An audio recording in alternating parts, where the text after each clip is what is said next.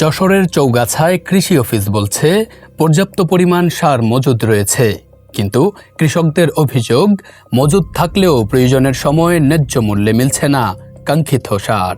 ফলে সার কিনতে গিয়ে ভোগান্তিতে পড়ছেন অনেক কৃষক। চৌগাছা উপজেলা কৃষি কর্মকর্তা মোসাব্বির হোসেন জানিয়েছেন, উপজেলায় বর্তমানে পর্যাপ্ত পরিমাণ সার মজুদ রয়েছে। কৃষকদের চাহিদা অনুযায়ী সার সরবরাহে ঘাটতি নেই বলেও দাবি তার।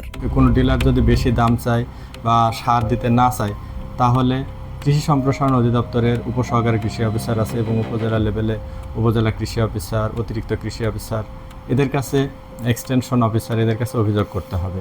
তবে মাঠের চিত্র নিয়ে ভিন্ন অভিযোগ কৃষকদের। তাদের দাবি, ডিলারদের কাছ থেকে প্রয়োজন অনুযায়ী অল্প পরিমাণ সার কেনা কঠিন হয়ে পড়েছে।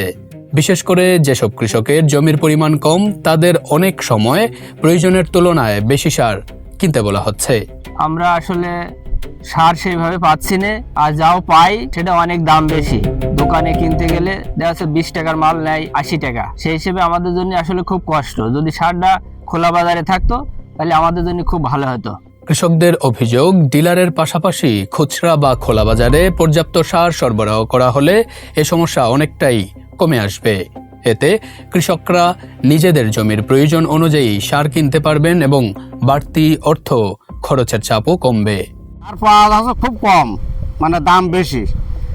মানে এতে চাষি কৃষকরা কিভাবে উৎপাদন করবার আছে, এরা কিভাবে লাভবান হবে। দেশের যে অবস্থা তাতে তো আসলে তো খুব চাষিরা তো খুবই অবস্থা খারাপ।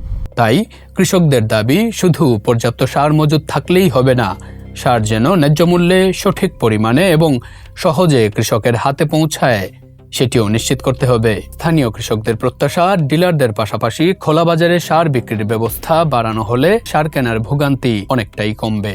আমরা যদি উন্মুক্ত ভাবে সব জায়গায় সার পাই, তাহলে সারের দামও কম পাবো।